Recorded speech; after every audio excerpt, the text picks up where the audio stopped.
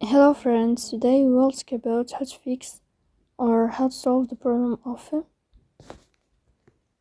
it's not working on your device on the application of Chase. You will go to settings. Here you will go to apps, default apps, app settings.